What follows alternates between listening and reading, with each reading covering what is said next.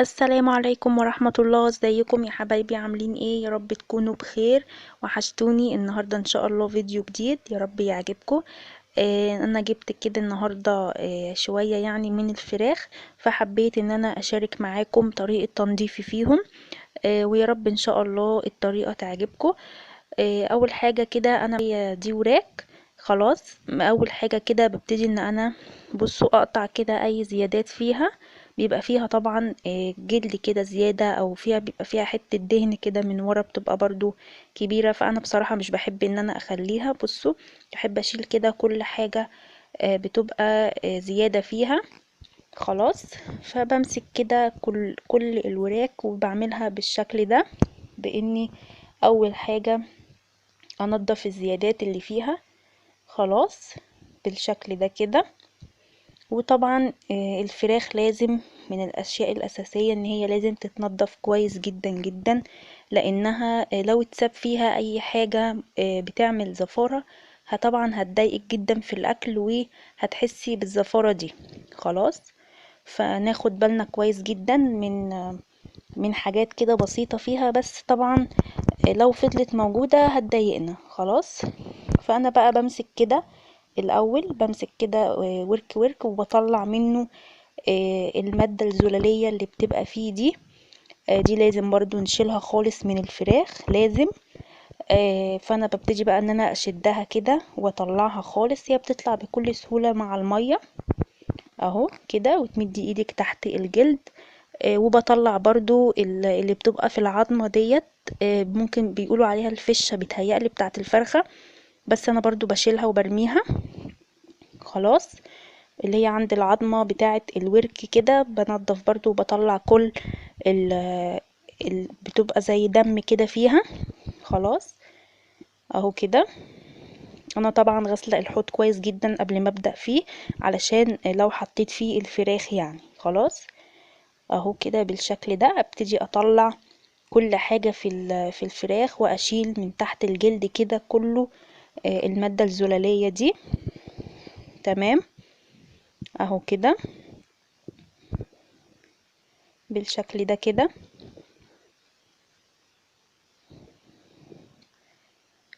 ان شاء الله بقى استنوني بقى ان شاء الله في تنظيفات رمضان وحاجات كتير قوي هنجهزها لرمضان بإذن الله. معلش انا بتأخر عليكم شوية، علشان بحاول ان انا اعمل لكم فيديوهات كويسة علشان تفيدكم. فاستنوني ان شاء الله في فيديوهات حلوة قوي هعملها هتعجبكم. وان شاء الله ربنا يا رب يجي علينا يا رمضان كده بالخير وبالفرح، ويزيح عننا البلاء دوت على خير يا رب. امين ان شاء الله. بس كده. بصوا، ابتدي برضو بشيل كل حاجة فيها. تمام، قبل ما بنقع في اي حاجة وقبل ما بحطها في اي حاجة لازم اعمل الخطوة دي. لازم ان انا اشيل الزيادات، ولازم ان انا انضفها كويس من اي دم فيها، او اي حاجة فيها مش بحبها. خلاص، علشان لما انقعها في حاجة تعمل معايا نتيجة احسن. ماشي، انا معايا بقى هنا دقيق على ملح. خلاص، دقيق على ملح. ممكن تستعملي قشر ليمون، ممكن تستعملي قشر برتقان، بس انا في الاول كده بحب انقع في الاول في الدقيق وفي الملح. خلاص، وادعك كده الفراخ كويس بيهم. ماشي، بالشكل ده كده اهو. بس كده، وبسيبهم بقى شوية محطوطين في المية مية ودقيق، الدقيق والملح ده يعني يتنقعوا شوية. خلاص، معايا هنا برضو دي فرخة سليمة. تمام، اهو بالشكل ده كده. بشطفها كده الاول شطفة بسيطة، وبعد كده برضو ببتدي ان انا اشيل منها برضو الزيادات. طبعا لازم نشيل الحتة اللي في الجناح اللي في الاخر دي بتعمل زفارة كبيرة، فبشيلها خالص. تمام، بالشكل ده كده. وبشيل برضو حتة الجلد اللي بتبقى من تحت دي خالص، لاني مش هحشي الفرخة. انما لو بحشيها بسيبها علشان بقفل الفرخة بيها، بس دي انا مش هحشيها. فعشان كده شلت يعني حتة الجلد اللي بتبقى تخينة دي تحت. خلاص. وهنا برضو بشيل كده الرقبة، بفتح كده وبطلع من حوالين الرقبة، بيبقى فيه برضو حاجات كده جواها لازم ان هي تطلع. خلاص. وبعد كده بقطعها برضو بالشكل ده كده، وبشيل الجلد بتاعها خالص، ما بخليش جلد الفرخة ده ابدا، بقطعه وبرميه. تمام. بس كده. وابتدي بقى من جوه امد ايدي كويس تحت الجلد وبرضو الحته اللي عند الوراك ديت برضو اللي بيبقى فيها الفشه بتاعه الفرخه، برضو بنضفها وبجيبهم من جوه وبشيلهم. خلاص. بصوا، وهتلاقوني بقطع من تحت الجناح كده ومن تحت الباط بتاع الفرخه. بعمل قطع علشان لو فيها اي ينزل معايا في الغسيل، علشان لما احطها في الفريزر ما يبقاش فيها دم. خلاص. الناس اللي بتشتكي لما مثلا الفراخ بتطلع من الفريزر بيبقى فيها دم، فممكن بيبقى من الاسباب دي ان انتي ما بتغرزيش الفرخة، ما بتفتحهاش يعني فتحات صغيرة كده علشان تنزل معاكي كل الدم اللي جواها. خلاص. فانا كده يعني بقطع لها حتة كده من تحت الجناح، علشان لو في اي تجمعات دم او اي حاجة جوه تنزل معايا في الغسيل. خلاص. بالشكل ده كده. جبت برضو دي دبابيس. تمام. برضو الاول بشيل منها لو فيها برضو جلد زيادة، وبعد كده بنضف برضو المادة الزلالية اللي بتبقى فيها دي. خلاص. انا هنا بقى جبت طبق كبير وحطيت فيه كل الفراخ، حطيت فيه الوراك وحطيت فيه الفرخة مع بعض يتنقعوا في الدقيق وفي الملح. خلاص. انا ما بغسلش الفراخ خالص بالخل، ما بغسلهاش بالخل خالص، لان الخل بحس بيهريها وبيبيض كده اللحمة بتاعتي او الفراخ، بيبيض لحم الفراخ يعني. فانا مش بحب بصراحة الخل خالص في غسيل الفراخ ولا غسيل اي حاجة عامة من الطيور يعني. خلاص. فدايما بستعمل الملح والدقيق والليمون بس، ودول بيبقوا معايا وبيجيبوا معايا نتيجة هايلة. خلاص. معايا برضو البانيه. الدبابيس طبعا حطيتها على الفراخ والفرخة والوراك. خلاص. نقعتهم معاها. وهنا بقى ده بانيه. تمام. بالشكل ده كده اهو، فضيته كله من الشنط اهو كده. ابتدي ان انا ادعكه كده كويس، انزل منه اي حتت كده او بيبقى فيه اي زفارة. انا برضو بصراحة ما اتكتش عليه في الغسيل قوي، لانه كان الجزار يعني مقطعه مهري، كان هاري منه شوية، فخفت ان انا اتك عليه في الغسيل علشان ما يبص معايا. خلاص. فنقعت كده كله مرة واحدة، الليمون مع الدقيق والملح، علشان ما اقعدش ان انا كل شوية اشيله واحطه في المية وبعد كده في الدقيق وكده. فاختصرت في البانيه وحطيتهم مع بعض في خطوة واحدة، وهسيبهم شوية وبعد كده هيتشطف، ويبقى كده البانيه خلاص جهز معايا. تمام. نيجي برضو هنا دي كبد وقوانص. طبعا انا بحبها جدا. ليها كذا طريقة وليها حاجات يعني طرق كتير قوي بحبها فيها، فجبت منها برضو اهو بالشكل ده كده. ببتدي بقى بسم الله افصل الكبدة عن القناصة. خلاص. الكبدة طبعا بتبقى عبارة عن فصين كده بالشكل ده. ببتدي برضو ان انا اقطعهم من بعض، وبشيل كده اي دهن فيها او اي بيبقى فيها برضو دم من جوه، فبدوس عليها كده وبطلع الدم ده. خلاص. اهو بالشكل ده كده. بس كده. نيجي بقى برضو للقناصة، بشيل كل الدهن اللي بيبقى فيها ده، بشيله خالص مش بحبه. ماشي. وبشيل برضو الجزء اللي في الاخر من القناصة ده اللي بيبقى طري قوي ده بيتشال طبعا، ما بيتاكلش. بيبقى زفر قوي قوي وبيبقى مش حلو. وببتدي بقى انضف كده القناصة من اي جلد فيها او اي قشر. بيبقى فيها القشرة الصفرة دي برضو لازم تتقشر وتتشال. خلاص بالشكل ده كده. وبقطع الحتة برضو الجزء اللي منها الاخير ده بقطعه بس كده، وبشيل منها الجلد وخلاص. تمام. والكبدة برضو نفس الطريقة، بفصل الفصين عن بعض وبطلع منها الدم اللي بيبقى جواها. خلاص اهو بالشكل ده كده. طبعا انا عايزه اقول لكم اني اتصدمت من الاسعار. طبعا الاسعار اليومين دولت حاجه فظيعه. الاستغلال بقى بطريقه وحشه قوي قوي قوي. فيا ربي يعدي الازمه دي على خير بقى، وربنا يسترها علينا يا رب. وكده برضو دي القلوب. طبعا القلب لازم يتفتح وتدوسي عليه كده من جوه هتلاقيه بينزل دم. بصوا يعني انا لما هضغط عليه كده هتلاقوه بيطلع معايا تجمعات دموية كده، فده لازم برضو يتنضف كويس ويتفتح. خلاص.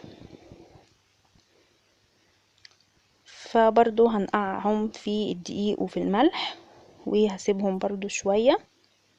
خلاص اهو كده بالشكل ده بس كده. وهسيبهم بقى مع نفسهم شوية.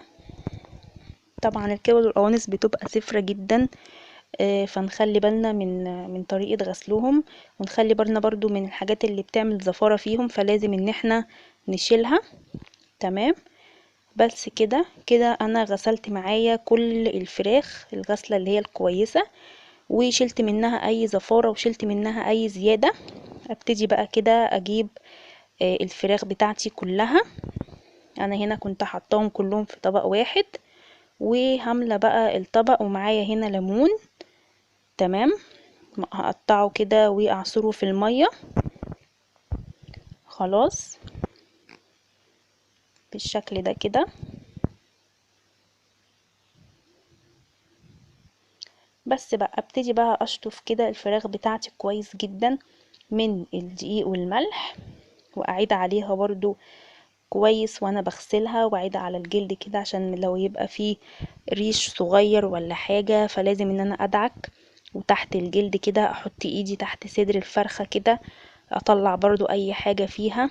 نخلي بالنا برضو من الفرخة اللي بتبقى سليمة دي، لانك ما بتوصليش لكل الاماكن، فحاولي على قد ما تقدري توصلي الاماكن يعني ان هي بيبقى فيها زفارة عشان تبقى نضيفة معاكي وما تعملش معاكي زفارة.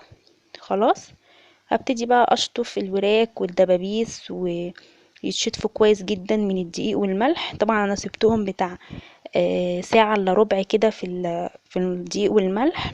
برضو نزلوا المية بتاعتهم، والدقيق والملح كان لونهم احمر شوية لان طبعا صفى الدم اللي فيهم وكده. ف كويس طبعا ان انا لما بلاقي المية لونها غيرت كده والدقيق والملح يعني بفرح جدا، بحس ان ايه ان كده خلاص هي اتخلصت من كل الزفارة اللي فيها ومن كل الدم اللي فيها.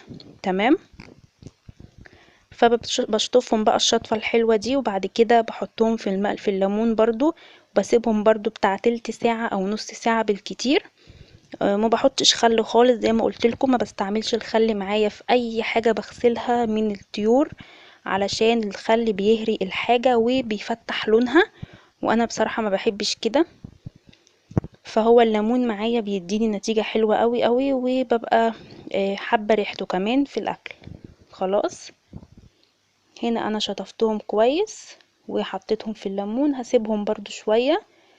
خلاص. وهنا برضو البانيه سبته في الليمون والدقيق والملح.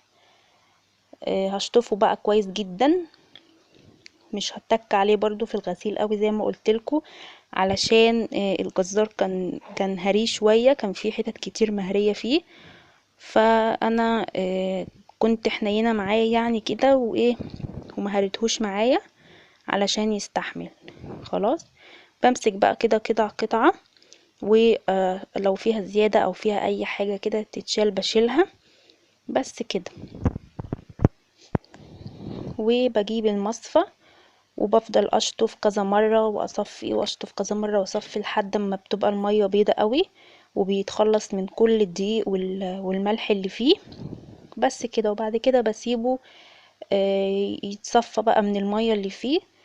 طبعا لازم الفراخ قبل ما تتشال او اي حاجة عامة هتشيليها في الفريزر لازم تتصفى كويس جدا جدا وما يبقاش فيها مية، لان المية بتعمل تلج في الحاجة وبتهري الحاجة.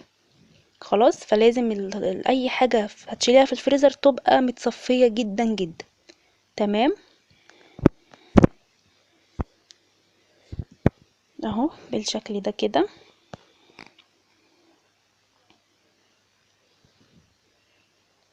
كده خلاص اتشطف كويس والمية بتاعته بقت نضيفة خالص. هسيبه بقى يتصفى كده في المصفى، ويبقى كده خلاص البانيه معايا اتغسل وبقى زي الفل. برضو انا لما بطلع الحاجة دي من الفريزر لما بكون هستعمل حاجة بقوم برضو شطفاها شطفة كده بسيطة، لاني خلاص ببقى عارفة وضامنة ان هي نضيفة ومغسولة كويس جدا. فخلاص اللي هو هشطف مرة واحدة او مرتين واسيبها شوية في المية مثلا، وبعد كده خلاص بستعملها، مش لسه هقف وهغسل. تمام. بس انا سمعت ان في ناس بتقول ما ينفعش نشيل الحاجة مغسولة في الفريزر، وناس بتقول ينفع تتشال في الفريزر. فانا بصراحة جربت الاتنين، بس لقيت لما بطلع الفراخ بتاعتي مش نضيفة، لما بشيلها يعني مش نضيفة ومغسولة بطلعها فيها كمية دم رهيبة، ما بتروحش من الغسيل ولا من التسوية، لان خلاص يعني الدم ثبت في اللحم وفي العظم، فاستحالة اي حاجة هتطلعه. خلاص بقى هو ده لون اللحم بتاعك. فانا بصراحة جربتها فما حبيتش الفكرة. قلت لا انا ما بعرفش كده فبطلعها. لازم ان انا اجيب حاجتي لازم اغسلها قبل ما احطها في الفريزر. برضو بتسهل عليا لما باجي اطلعها ان هي بتبقى الحاجة نظيفة، مش لسه هقف اغسل وهطبخ وكده، لا بطلع على طول. بقوم حاطة مثلا الشوربة، حاطة المية وهسقط فيها الفراخ على طول. تمام. ما بيبقاش فيها دم كتير، يعني مش هقولكم ما بيبقاش فيها، بيبقى فيها بسيط جدا جدا جدا بصراحة، بس ما بيضايقنيش وما بيعملش معايا طعم وحش ولا اي حاجة. خلاص هنا بقى شطفت كده الفراخ بتاعتي، بصوا بقت بيضة وزي الفل وريحتها جميلة جدا. ممكن كمان تحطي في قلبها القشر بتاع الليمون ده لو عايزة تحطيه في الاكياس بتاعة الفراخ معاكي برضو، إن عشان لو ريحة ولا حاجة. بس هي بصراحة بتبقى زي الفل، ما بحتاجش ان انا اعمل الحركة دي يعني. بصوا برضو ممكن المية بالليمون لونها برضو مغير شوية، لاني برضو بتأكد انها خلاص نزلت كل اللي فيها. اهو كده. كده بقت برضو الفراخ معايا زي الفل. هسيبهم برضو يتصفوا كويس جدا وبعدين يتعبوا في الاكياس. خلاص. وطبعا زي ما قلتلكوا ان الحاجة لما تشيليها نضيفة في الفريزر او في التلاجة وتطلعيها على طول جاهزة بتسهل عليكي كتير وبتريحك. خلاص. وبرضو بتبقى نظافة. طبعا انت لو في يوم هتجيبي زي كده وهتجيبي حاجتك مرة واحدة، فلازم ان انت تبقي مخلصة شغلك كله وتبدأي ان انت تغسلي الحاجة دي عشان تغسليها كويس وبمزاج وما تبقيش مستعجلة عليها.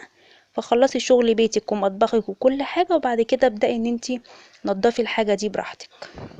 اهو يا حبايبي هنا برضو عبيت خلاص بعد ما تصفوا كويس البانيه. وده بانيه برضو الحتت اللي لقيتها مهرية كده معايا حطيتها في كيس لوحدها، قلت للشاورما او للنجريسكو او اي حاجة يعني هعوز قطع. تمام. ودي اهي الدبابيس والوراك والفرخة برضو كله كله بقى زي الفل. بطلع الكيس على طول بحطه في الاكل، ما ببقاش شايلة هم ان انا لسه هقف اغسل الفراخ او هغسل البانيه. خلاص. بس كده هي دي كانت طريقتي في تنظيف الفراخ.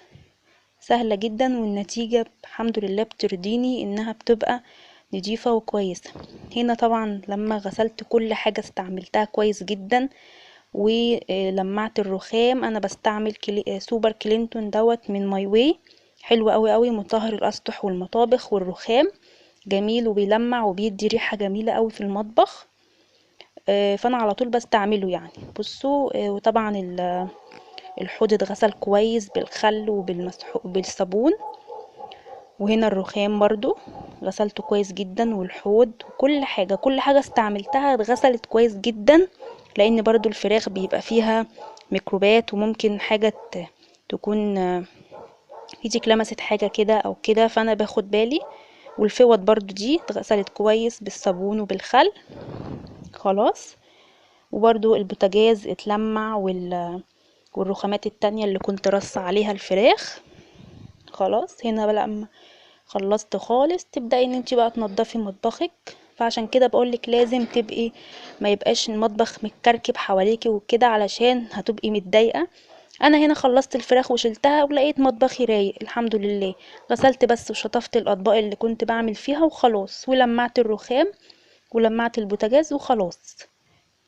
بس يا حبايبي، هو ده كان الفيديو بتاعنا. يا رب النهارده يكون عجبكم. اتمنى ما تنسوش اللايك والشير وسبسكرايب للقناه لو انتي لسه مش مشتركه. واستنوني ان شاء الله في فيديوهات كتير وتحضيرات رمضان هتعجبكم قوي قوي. باي باي.